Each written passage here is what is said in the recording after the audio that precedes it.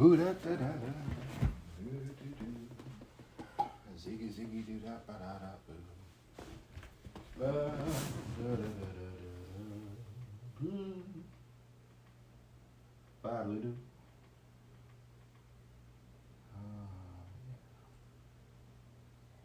Sounds droll. Okay.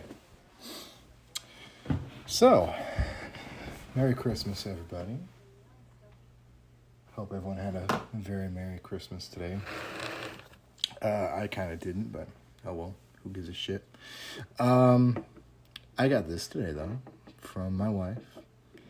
I was not expecting anything from 40k. I didn't actually ask for it. I didn't ask for anything, period, but I especially never mentioned anything about, like, a model kit. But she knows that I enjoy these things, and she went and surprised me with it, so it's very cool. This is actually one I've always kind of wanted, because it's a unique armored vehicle in a game that's trying desperately to get, like, everything to be, oh shit, cookie cutter. Oh, good, okay. Ooh. Thought we lost a McCraggy Blue here. It was kind of popped open. Well, yeah. So tonight we're going to be working on this guy. I can't guarantee it's going to be a very long stream. So the reason why I'm so fucking late, because I know I'm late, the big hang up tonight was I had to charge my phone so I could actually use it to stream this. And my phone is on the struggle bus right now. It's about 3-4 years old maybe. And it's having trouble holding a charge, and it's taking for fucking ever to actually charge up now. So it was on like 5% battery when I plugged it in, and that was like at 8 my time, and now it's 11 and it's at 75. So that's not going to get me a full hour, or if it does, it's going to be really fucking close to an hour. But we're going to try and just make the best of it anyway. Need to make sure this fucking desk isn't gonna fall apart on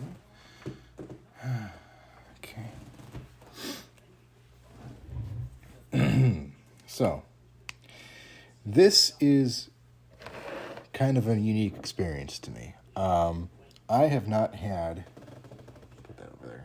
I haven't bought a fucking... I keep swearing, I'm sorry, I'm tired. I haven't bought a model kit from Games Workshop probably since 2012, since I bought that original starter kit.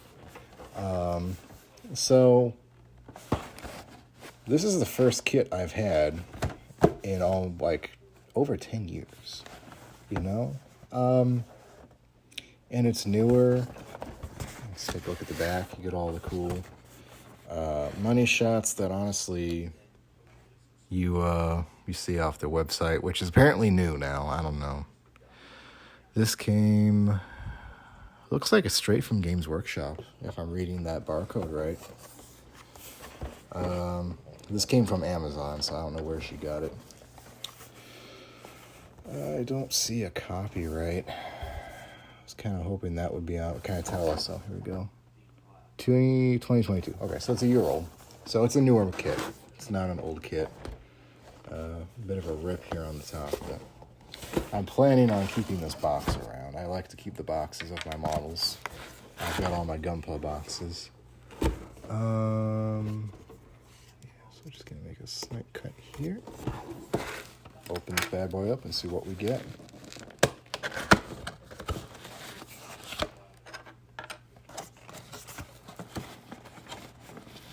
So I guess this marks the beginning of my Deathcrawler army.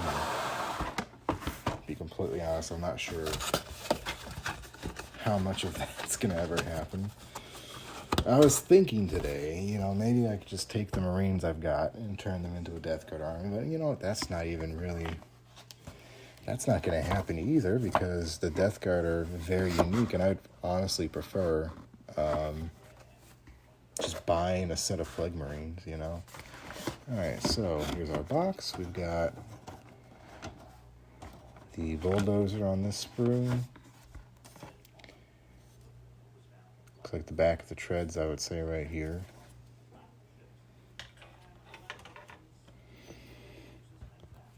Oh, only 2 sprues. Dang. Gunpla have more. So we've got the treads and the pieces. Overall, it doesn't seem terribly complex. Yeah. A lot of it's big. Like, compared to Gunpla, this is big stuff right here, you know? Maybe, how many pieces is it? Actually, it should stay out here somewhere.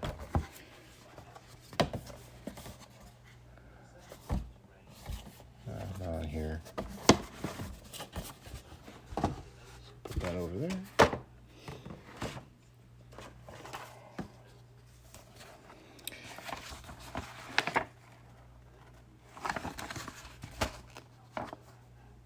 Oh, and here's the weapon stuff. Cool. Maybe. Oh, no, that's the wound table. Okay.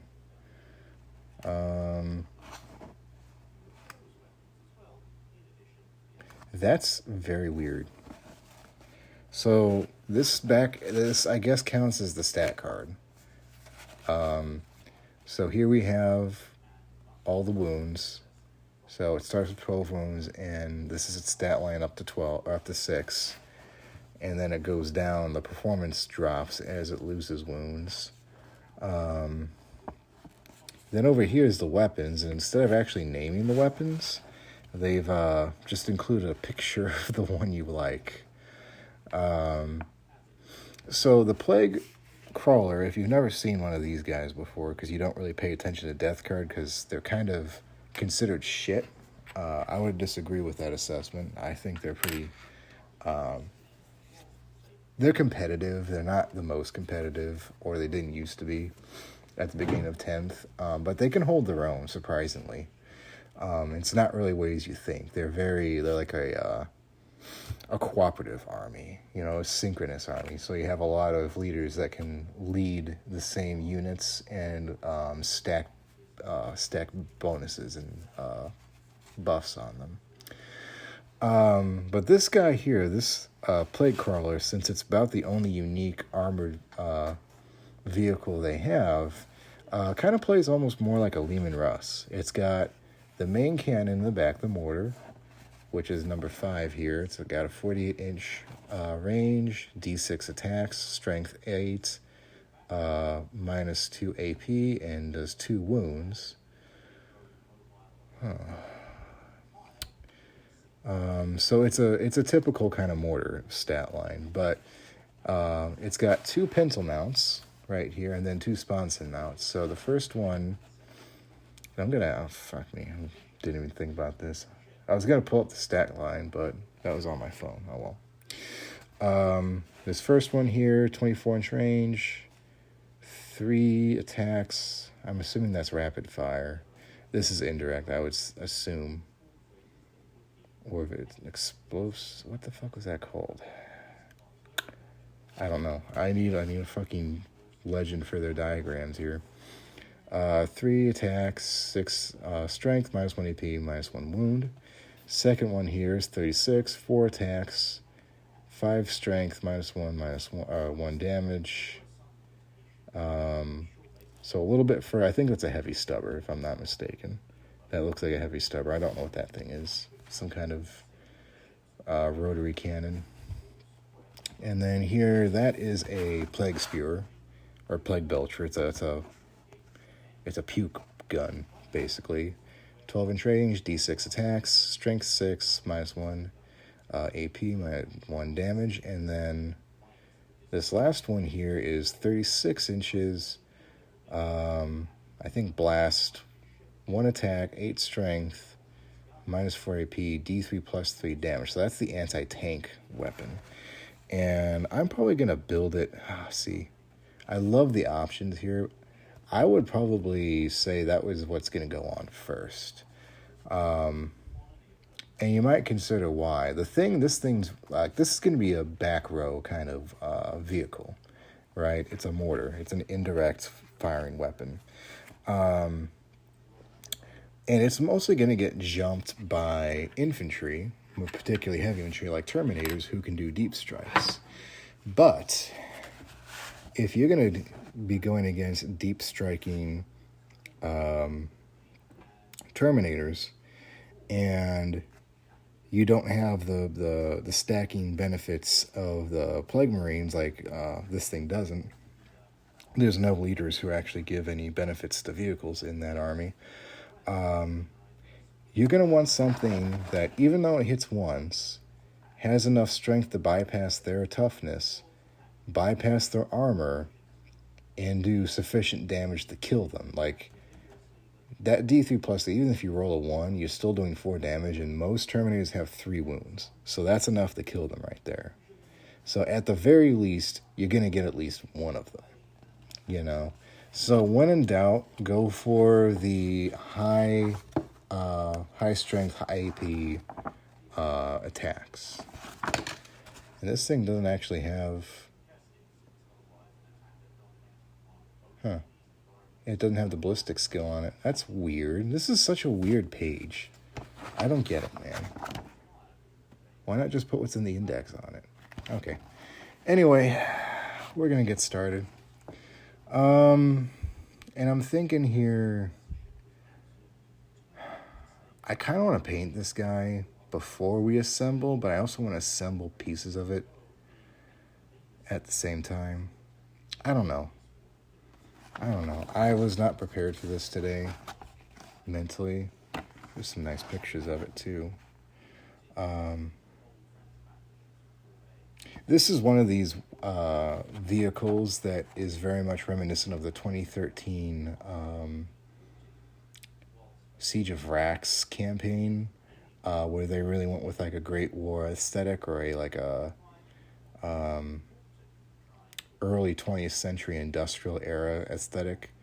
The Plague Marines and the Death Guard particularly got a lot of vehicles and units out of that, so they all kind of have a very similar vibe of looking old and decrepit, but actually still being really cool. There's a chainmail. There's chainmail on a tank. That's a weird thought. But yeah, this is neat. Like, I like that's the vision slit right here. This guy. It's just a hole. And I like the overlapping, like, almost insectic plate armor. You know, it kind of fits the Nurgle theme of flies and all that. Yeah, this really isn't long. This probably won't take too terribly long. Now, the other thing I'm not sure on is... Yeah, choice of parts, my ass. Most Warhammer stuff, I believe, is now snap fit. I don't know if this is snap fit. This might require glue, and I just realized I don't think I have any glue. So if I can't put things together tonight, I'm just going to paint them. I don't have green. Again, I wasn't prepared for this. I've got brass, which we can use for the trimmings. I've got gunmetal. No, that's the primer. Well, I thought I had gunmetal. Maybe I don't. I've got this filth, but don't really like using that. And I've got a base black. So at the very least, we can base it and then do some of the trimmings. Oh, I've got white. I do have a white, and I've got kind of a flesh. So we can do some fleshy bits and prime it a little bit at the very least. I've been thinking for a while, I'd like to do, like, I don't know about the green for Death Guard. Okay. So 1 in 54. I would kind of like to do, like, the Death Guard get away with having a more, I guess, where most Marine groups or whatever they're more concerned with lively, which is a concept that's almost like an antithesis to camouflage. It's wanting to be seen rather than wanting to be hidden. And it comes from an older time period where black powder was the main propellant. So you had battlefields that were largely conducted on your communication was either by flag or horse or like a runner or a messenger. Do you see that? That almost looks like it's stressed. Like, that looks like a flaw to me. I'm going to use it, but like, I know you can't feel it. That's weird. It looks like a plastic, like a molding flaw of some kind. Livery came from a time period where you kind of needed to be able to see your guys more than the enemy needed to see them too.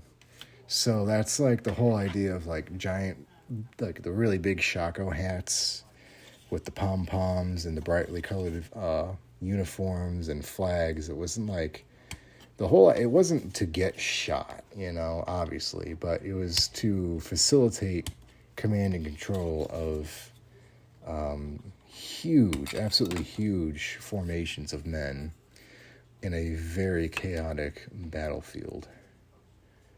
I think this is 54. Are these actually numbered? Is the question. Yes. So you see, right there is 54. So there's part of that. And the Space Marines particularly have a kind of like, they seem to have like a dual role in the Empire of not just being like the fist of the Emperor, but like also kind of the adjudicators of planets. Like when they are planet side, no, this is not the right part. We don't need this. Man, what the fuck? Where's my brain today? I only cut one piece out that we actually needed. The planetary governors, whatever, defer to them in their judgment and are usually like subject to whatever the Space Marines need or have going on.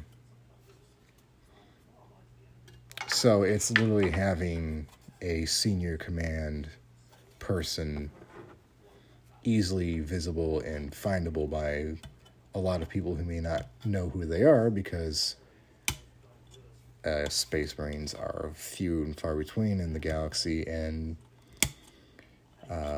not always in one place all the time, you know? And then there's the whole morale concept of like, there's a little god being walking around, you know, that's going to help the men not rout.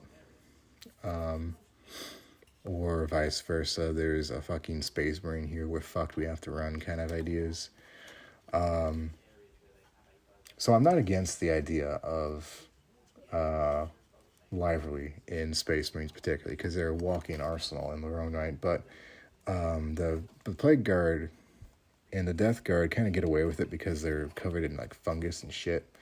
So I kind of wanted to do more of like a desert pattern shit, you know, like a tan and maybe a purple or a brown to kind of make it look almost like a tricolored desert camouflage, you know. Okay, what is this thing? That's 3.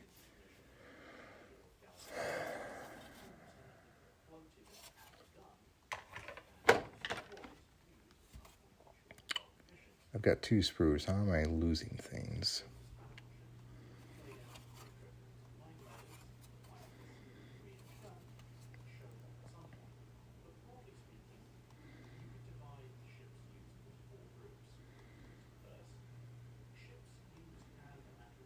Oh, here it is, because it was facing the wrong way.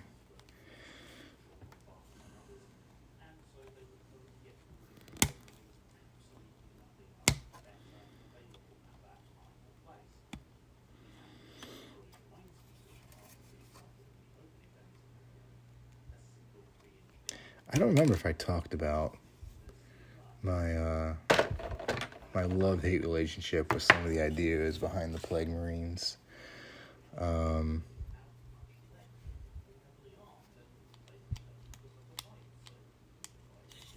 Yeah, I think that's going to have to be glued in. Yeah, I think. It doesn't even seem like there's anything in here. Like, is it pressure fit? It doesn't seem like there's anything to actually glue onto. Like,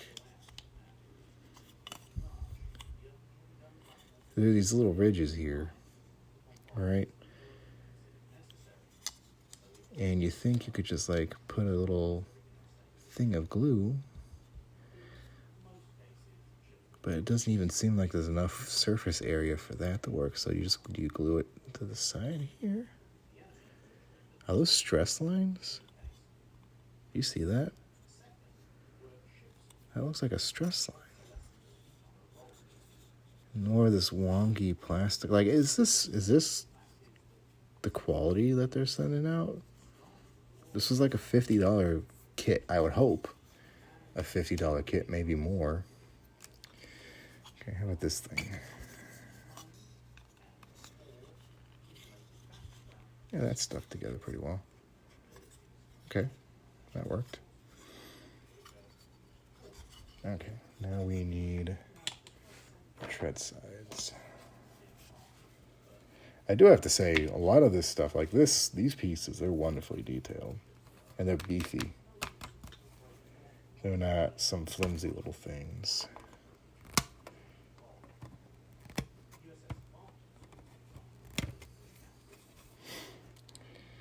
But anyway, I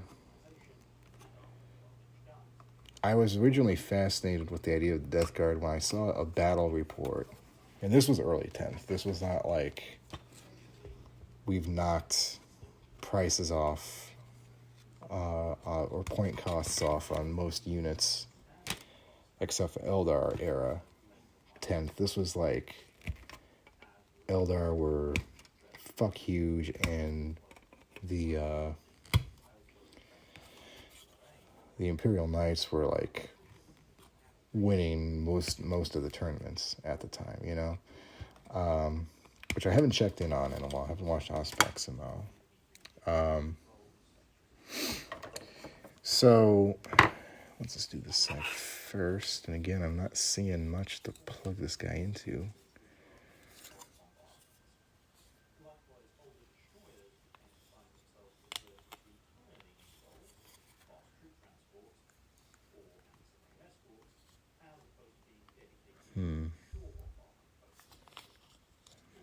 Like that. Yeah. Oh, okay. I see how that... that's pretty fucking loose. That's very fucking loose, actually. That's going to be a piece that we probably need to glue. So, what first fascinated me with them is that there was this battle report where it was Imperial Knights. So I was like, oh man, they're going to get fucking clean, because this is the Testament anti-infantry army going up against the worst fucking matchup they could possibly have. And for like 4 out of the 5 turns, the Death Guard were in the lead, you know? They didn't win, but they only lost by like 1 fucking point.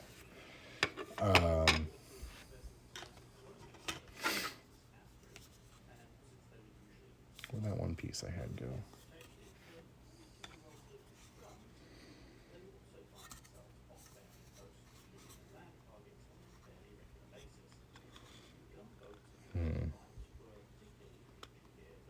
Where did that piece go? Oh, here it is. And so that got my brain kind of working. So I started like crunching numbers and shit. And they are heavily anti-infantry, yes. And they don't have their signature toughness anymore. That's true. But that doesn't mean that they're completely out of options. I can just hold it in with tension. the fun of... Yeah, okay. So, obviously I'm not going to be able to put this thing together tonight, so we're just going to paint instead. This piece... What the fuck is this even...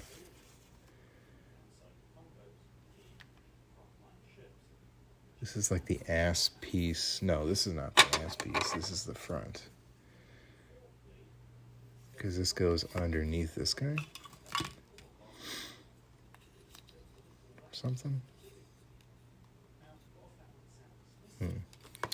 Anyway, I think we're just going to paint some pieces instead. Start priming it.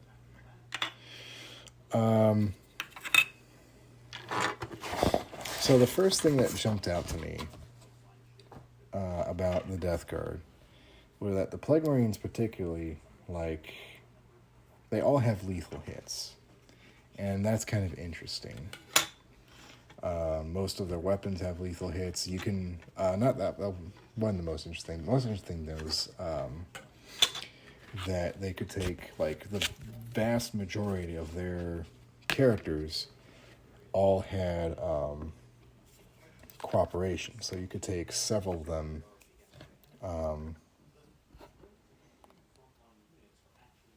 and combine their bonuses, you know? Let me shake this up, actually. Now, obviously, there's going to be, like, some things are better than others, right? So I went through the whole list, and I thought I had a good idea of the things that were better than others. Like, I liked, I haven't looked at this in a while, so I'm a little rusty.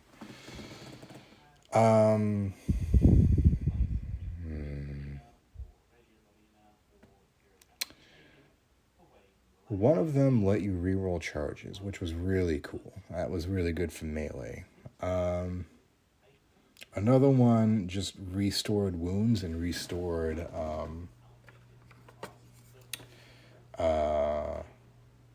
restored models into the unit, which was, again, really interesting. I like that idea.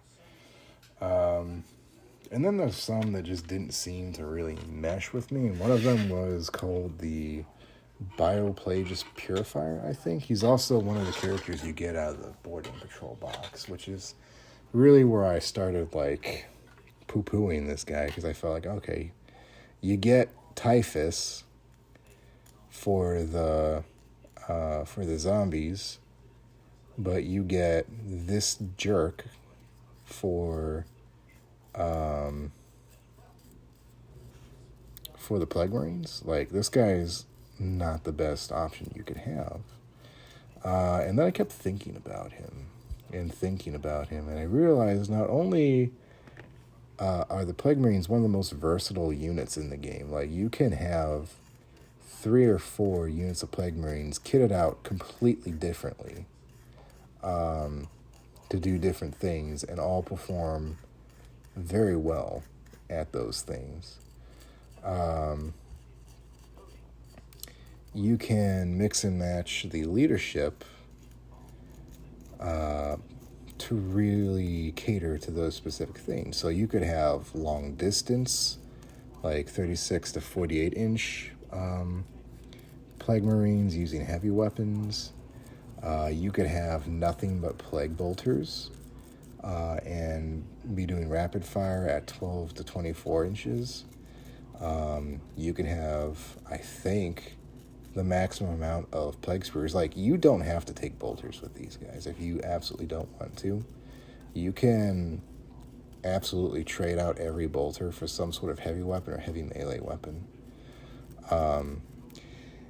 And the thing that I hadn't really thought about much at that time was lethal hits and what they really did. And if you don't really understand what lethal hits do, basically you get to bypass the wound roll. It goes straight to the save if it hits, you know? And obviously that's pretty good, especially when you have, like, bolters and you're shooting at things with 6 or 7 toughness, and, you know, you don't really want to have to roll those because those 5s and 6s, they don't come as often as you'd like, I've noticed. So it's just far better to deal with them prior to that. Now, who does it? The Bioplague's Purifier has a unique thing. His ability, he's got 2 abilities. Basically, one of them is he gets a free grenade, which is like, I think the thing that bugged me. Let's look at that too. Look at that. In that, like, he gets 1 free grenade strat when Chaos Lords and Marine Captains and all of them get to use any strat for free, like once per turn, and this is like a once per game grenade. So that seemed a little underwhelming to me. I wasn't a huge fan of that.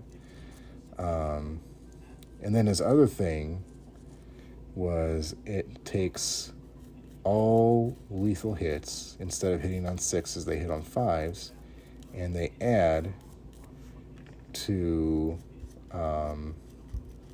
it adds lethal hits to weapons that don't have them. Now, initially I was thinking, okay, well, that's kind of fucking pointless because most of the weapons they have either already have lethal hits or skip the hit completely. Like the spewers, every one of them, instead of, they're flamers, so instead of rolling the hit, you just skip the hit and roll the wound instead. And it turns out the Purifier is actually really, really good for when you want those lethal hits to stack up. So you take him and you take the Lord. There's a Chaos Plague Lord, which is kind of cool. He's just a generic Chaos Lord, but he's green. So you can literally take the regular dude with his plasma gun and hammer and paint him green, and now he's a Chaos Plague Lord. But his ability lets you reroll 1s. So you're rerolling all 1s, auto-hitting on 5s, and or scoring lethal hits on 5s and then hitting on 3 and up. So really, the only number you're not wanting to see a lot of is 2s. So I find that really interesting. He's a really good, like, close range character. So yeah. Yeah, I think Plague Marines have a lot of viability. But again, all of this is going off of the free indexes, which, if they haven't been phased already, are probably on the way out soon because all the codices are coming out. Yeah. And I'll be completely honest. I like this thing, and I'm going to be proud as fuck when I'm done with it. I don't ever expect to actually have a Death Guard army to go with it. This is probably just going to be like a fucking shelf guy, Going to sit up there with all my Gundams. Because I don't... The need to go out and buy a $60 codex that I really only need the last 100 pages of, it just does not... It doesn't vibe with me, I'm not down for that. And yeah, I can use Wahapedi and Battlescribe, I could do that, absolutely, but I'm always kind of worried that I'm going to run into, like, those die-hard Game Workshop fans that apparently exist for some inexplicable reason who would be willing to, like, either shun you and not play or, like, report the store for allowing your presence because you're daring not to use the authentic core book and the authentic codex for the armies. Never mind that those rule books have been free since 10 started. So, I don't know. It's a pipe dream, but I don't ever really see myself actually sitting down and playing a game of 40k.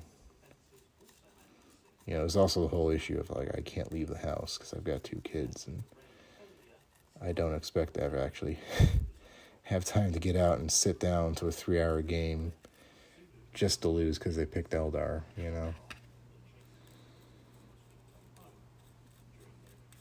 So, it's just a nice little hobby, and I like the numbers, and it's nice to dream that maybe one day I too can do right by the Plague Father.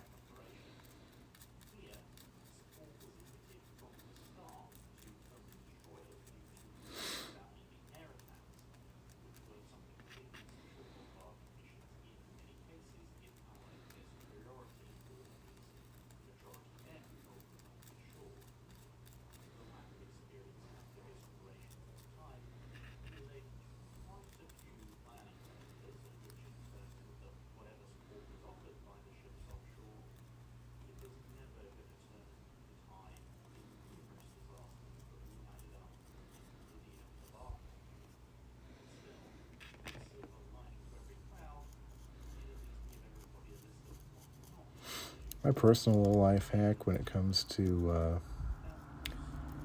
painting miniatures, you don't really need the thinner paints if you're just dry brushing anyway.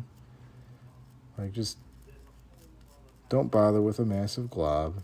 Don't bother with trying to wet it down. Just get a little bit of paint, just enough that you have that can be on the brush, and brush a little bit at a time. So, something like that.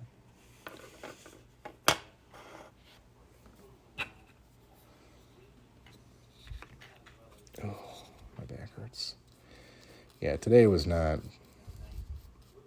the best Christmas, in my opinion. In fact, it's probably one of the worst ones I've had in a while. Just everything was wrong.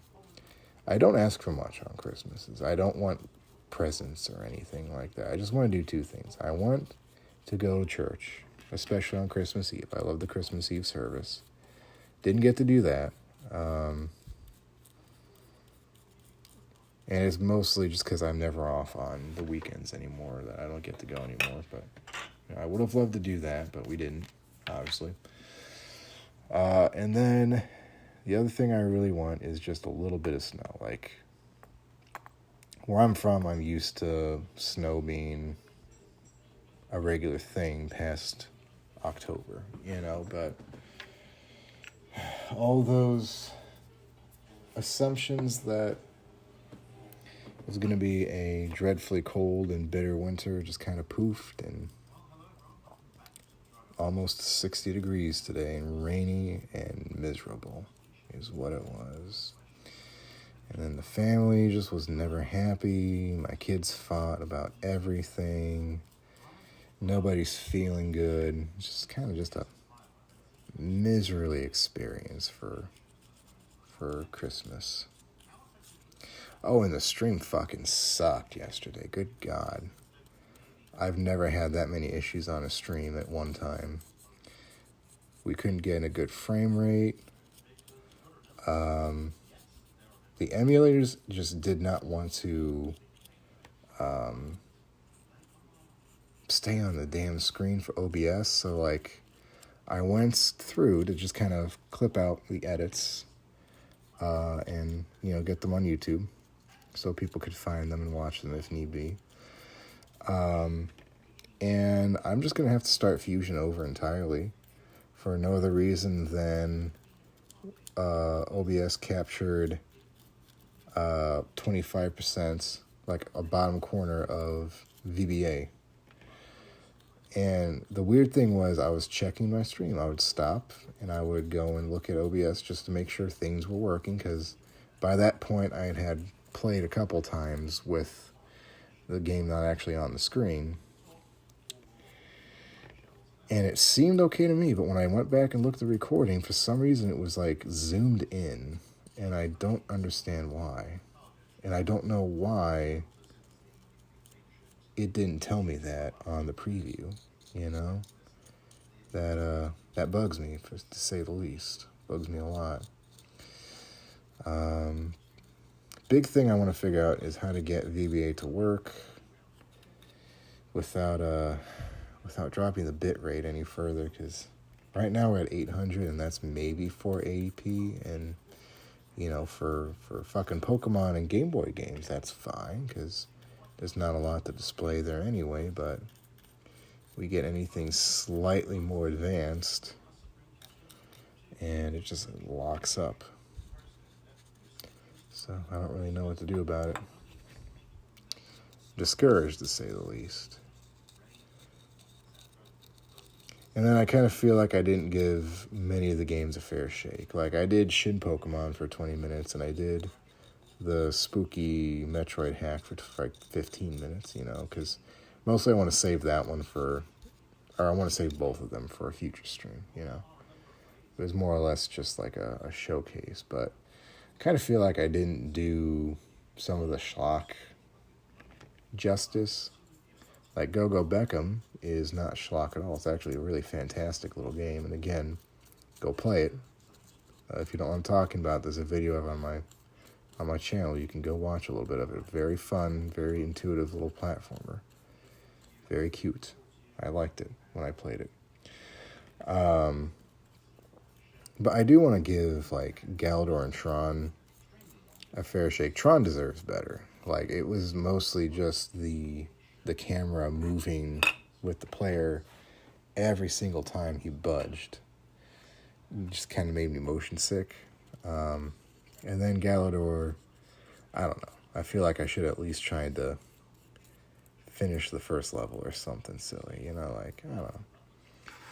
It's a schlock game, but it still deserves to be played properly. So, I don't know. Maybe one day. Not today. So I'm just gonna have to redo everything with Fusion by scratch. I really, really want to figure out how to get the frame rate back up on VBA. I don't get why it's doing that, because it didn't used to. Like, I thought I'd solved that problem last year, which is why I'm even bothering to stream at all. If I couldn't get a decent frame rate for these games, I'm not going to stream them, you know? That's just a rule of thumb. I'm not going to throw shitty-ass recordings up on YouTube and clog it up, you know? And even if I am limited, I have options to stream things, you know? It's not like I'm going to pack it in, move on with my life. Well, not yet anyway. That thought has presented itself to me lately. Just because, like, again, I can't afford anything anymore. Shit's too expensive. And tech's getting too fucking demanding, you know? Like, if I wanted to play a current gen game, I would need probably a $3,000, $4,000 computer, which I definitely don't have funds for that.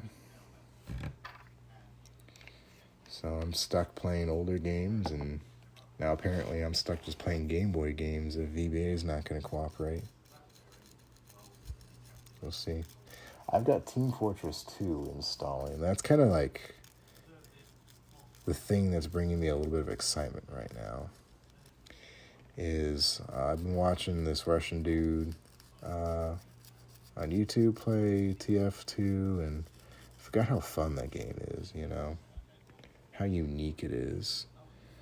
So I'd like to give it another try. So it's currently installing the game to a flash drive because my computer has maybe a gig of space left. Maybe. And I'm hoping sometime before the end of the week I'll actually be able to sit down and play a game. I don't intend to do any good whatsoever. I realize that I'm probably playing non-premium with the game installed on a flash drive, so it's going to take longer to pull everything, get set up over Wi-Fi, you know, on a laptop that's probably going to burn out before I even get a game loaded up. So it's just all of these factors that really fill themselves in.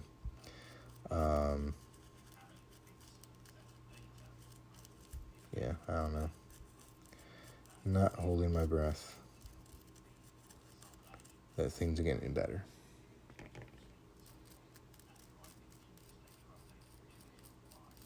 Boy, that's a weird fucking phenomenon. I'm finding myself, I'm getting tired a lot more, especially since it's probably midnight now. Let's see here.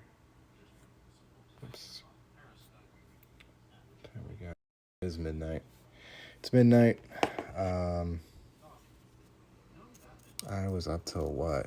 2 in the morning last night streaming. I had a very long day with the kids, taking care of a sick wife, doing Christmas stuff, cleaning up after Christmas. But I find myself actually struggling to keep my, thoughts coherent. And that's beginning to worry me a little bit. Where I'm sitting here, I'm talking, and then I get drowsy, and the little instant dreams start popping in.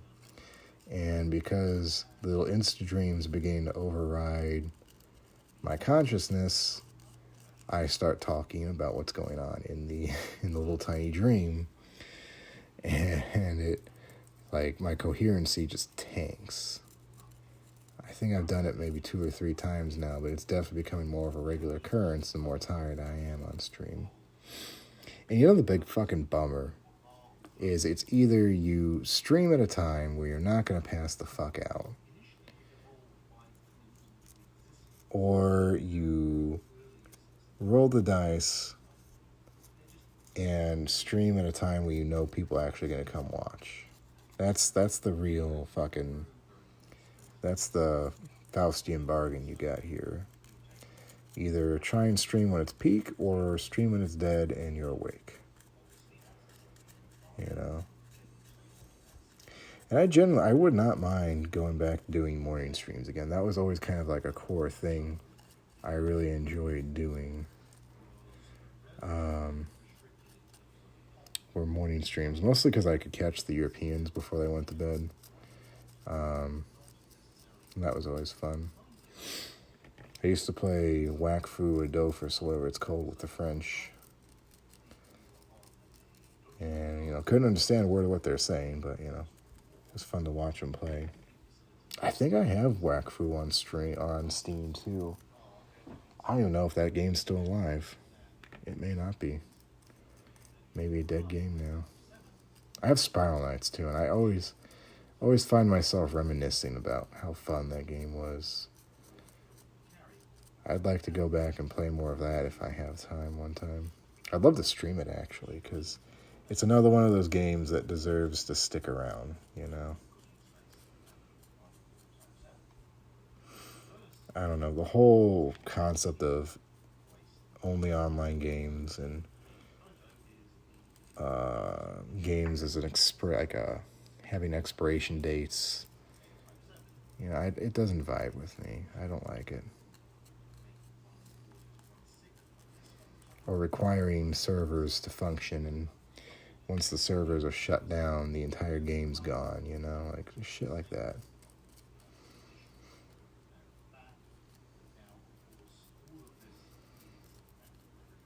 Or even just games turning off, before then, Dragalia Lost shut down.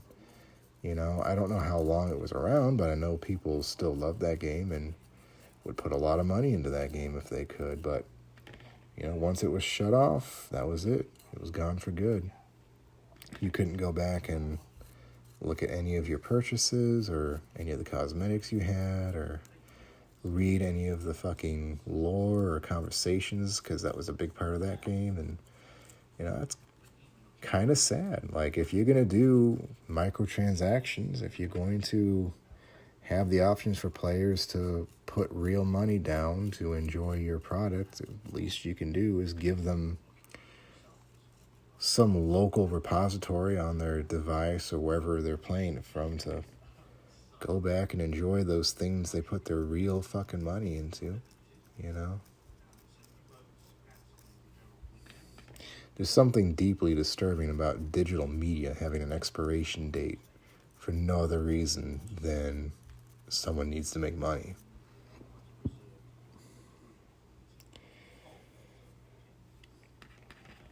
Like, that's not any kind of socialist or communist sentiment. It's just like, this is a thing that theoretically should never expire, and yet here we're having restrictions on access to the point where it basically is gone, or it has quite literally disappeared off the fucking planet due to nobody backing it up, or the sharing host is gone, or the torrent that was used to access it and disappeared. All these things. It's kind of why I like models.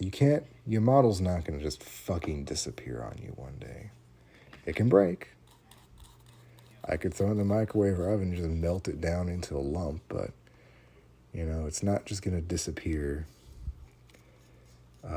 because some dude in like Hong Kong or London or something like that, or Brussels, pulled the website.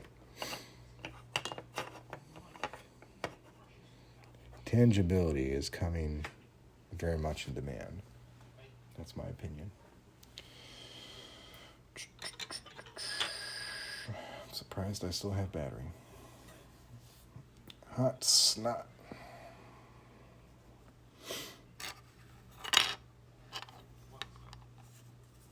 Is this the bottom? Look here. What is this going to turn into? If this is the bottom, I'm not really going to put it. I might as well just leave it. It is not a priority at this current juncture.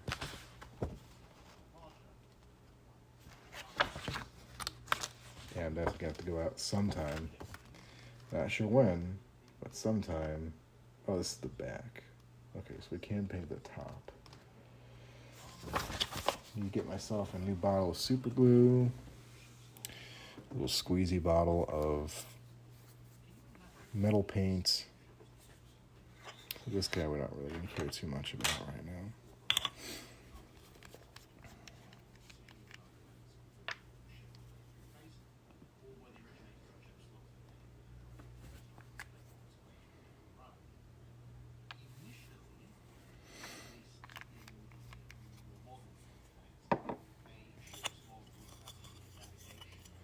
Like this part, which honestly looks like a window. This part we're going to paint. This part we're going to leave because, I'm pretty sure it's on the inside of the vehicle. Yeah, that's the interior, so we're not going to worry about that.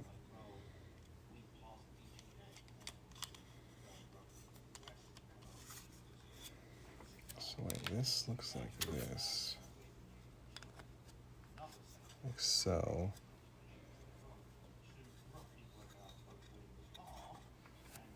And this goes here.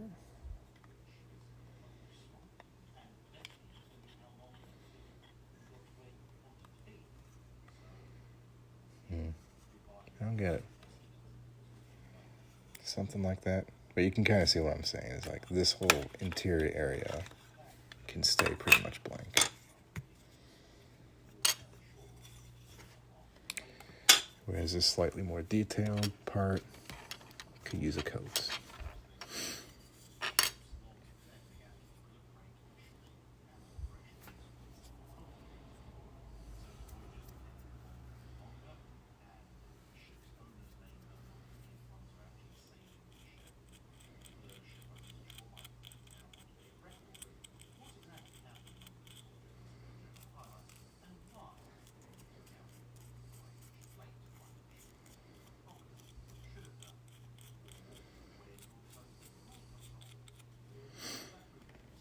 You know what I really should be doing is I'm very much against all these companies that have very anti-consumer policies and terms of service, and Games Workshop is definitely one of those. But there's fucking tabletop games that have been around since the 80s, completely unchanged. You can still buy the models, you can still buy download the rule books and just play, that are vastly superior to 40k or Warhammer, and a lot more affordable. And I should really be focusing my efforts on like lifting those up and showing those off and bringing interest into those games than sitting here and painting a very expensive model that I'm probably never going to actually put on a table.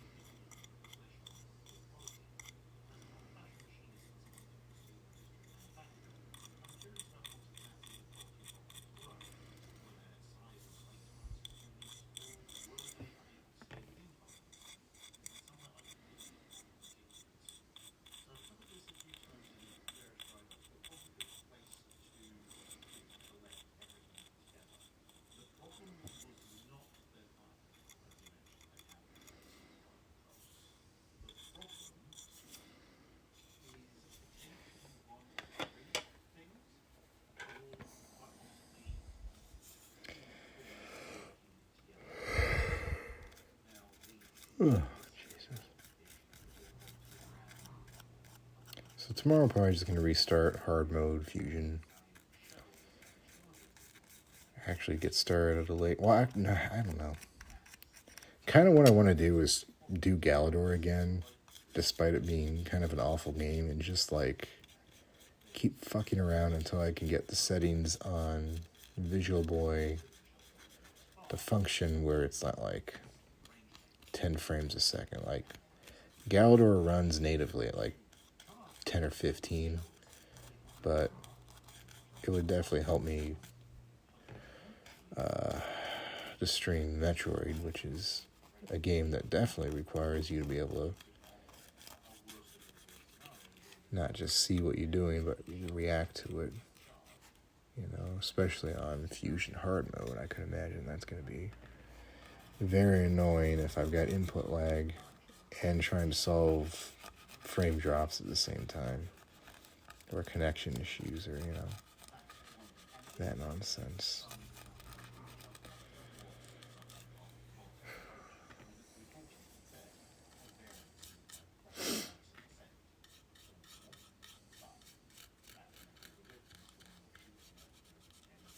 Like, this is going to need a second layer, probably. I may be mistaken, but there's too many up-down lines, vertical lines.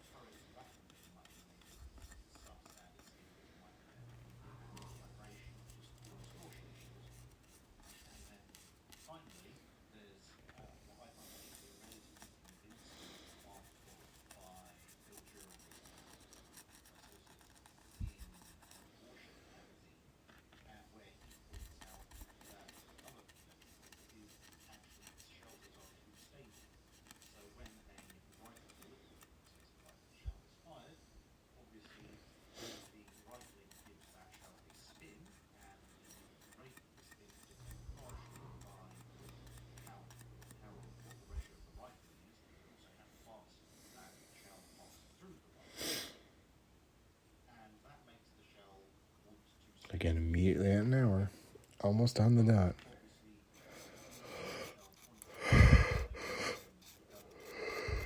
The exhaustion sets in. Let me get some water. Be right back here.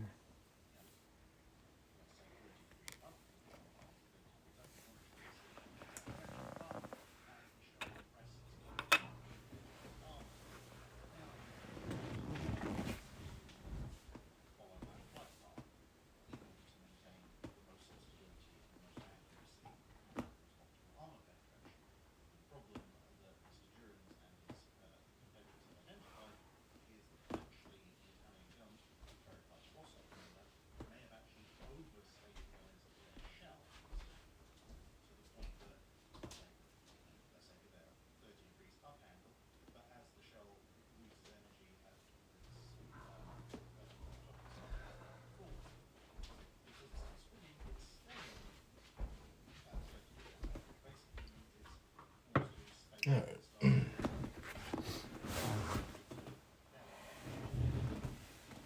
See how our battery's looking here. 28, okay.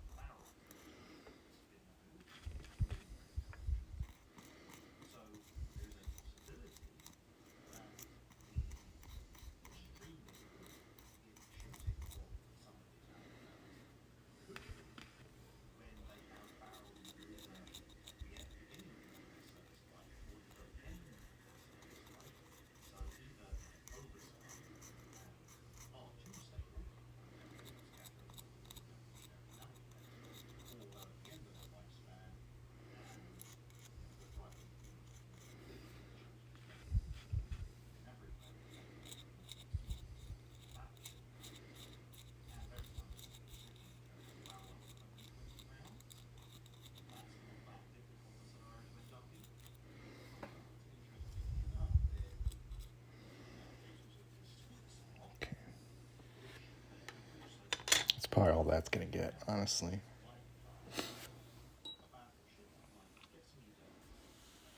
Let's try out this guy now to see if this shit's any good still. It was pretty good last time we used it.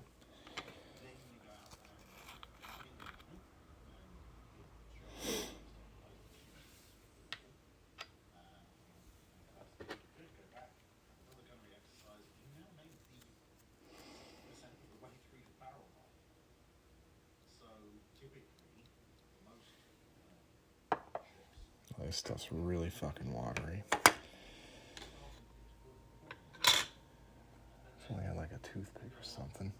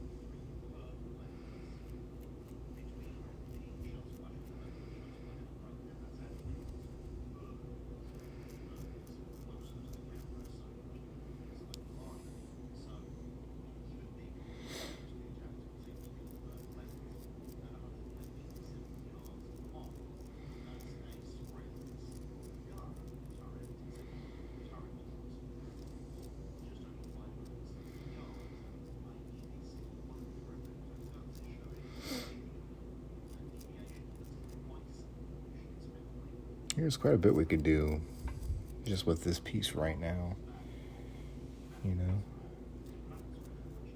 I've got some bronze I can throw on. I've got some flesh I could flesh up, like, I don't know, maybe these hoses. I could paint these guys red. There's plenty to do.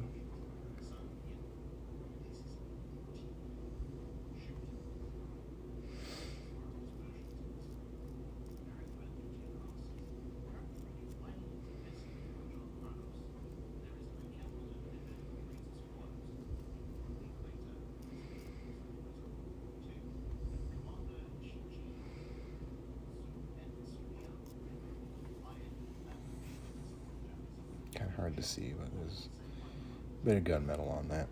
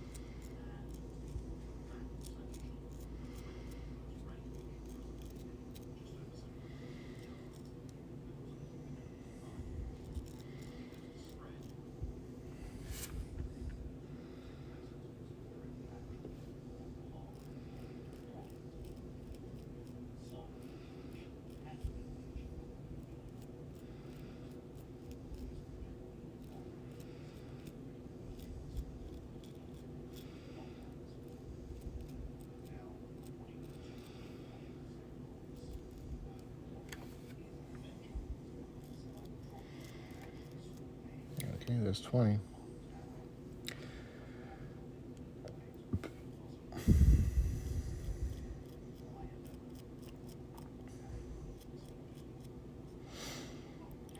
Wish I knew what exactly affected the efficiency of the battery life of the phone, because I feel like regardless if I start at 100 or I start at 75, we're at an hour 10 minutes already, so it's like, it's not that big a difference, you know?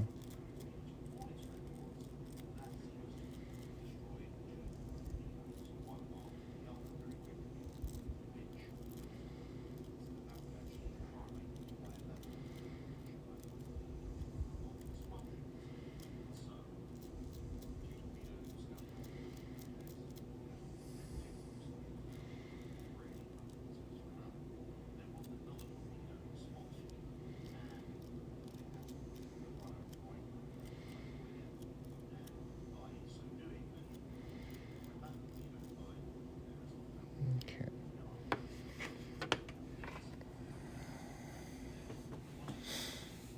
So I'm going to try keep things together. See, that's a nice little fleshy bit wound right there.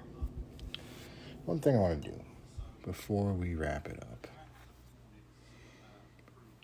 I'm going to take this piece, which is, I think, right here on the box. Maybe? Yeah, this is like the bottom of the visor.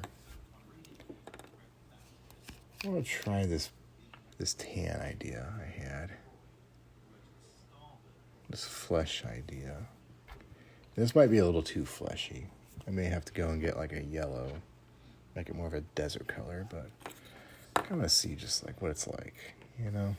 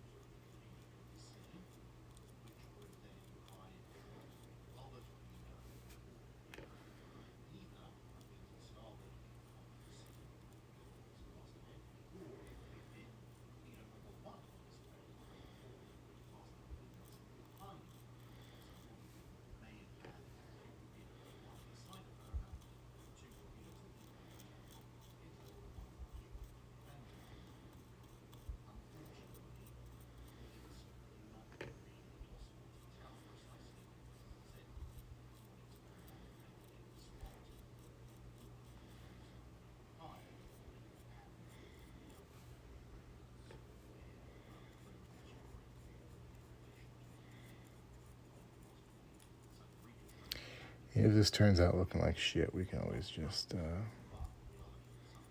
paint over it with the actual green. No big deal.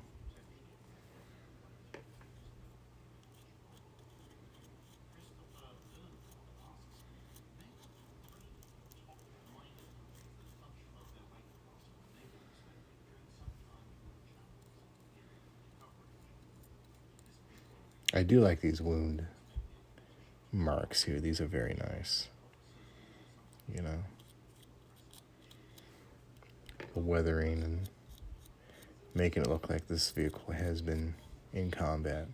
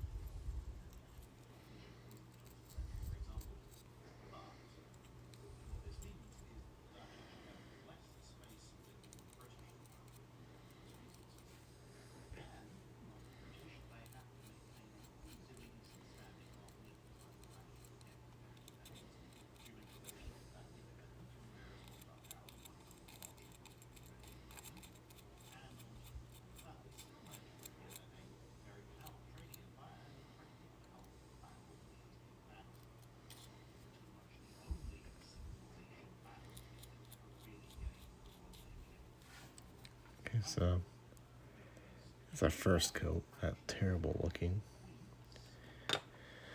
Especially if we're looking for more of like a dirty, grody look than professional.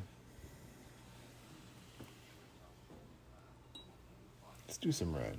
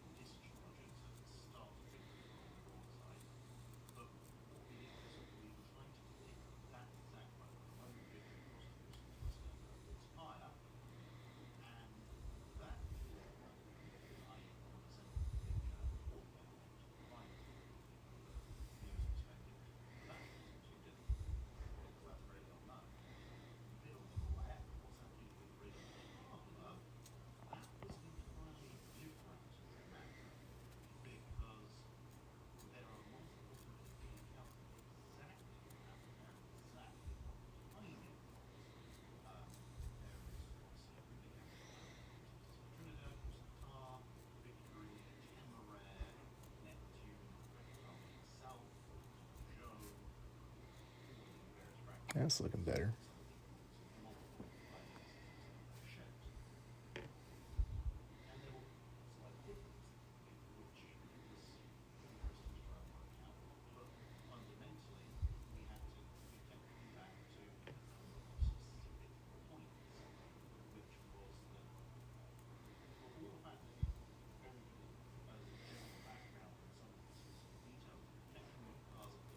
Alright, and there's 10%. So that's my cue to wrap things up for the night. We'll continue this another day once I've actually had a chance to go out and buy the sufficient supplies I need. Probably tomorrow expect the reboot of Fusion. We're going to try it again. Or test streams of Galador.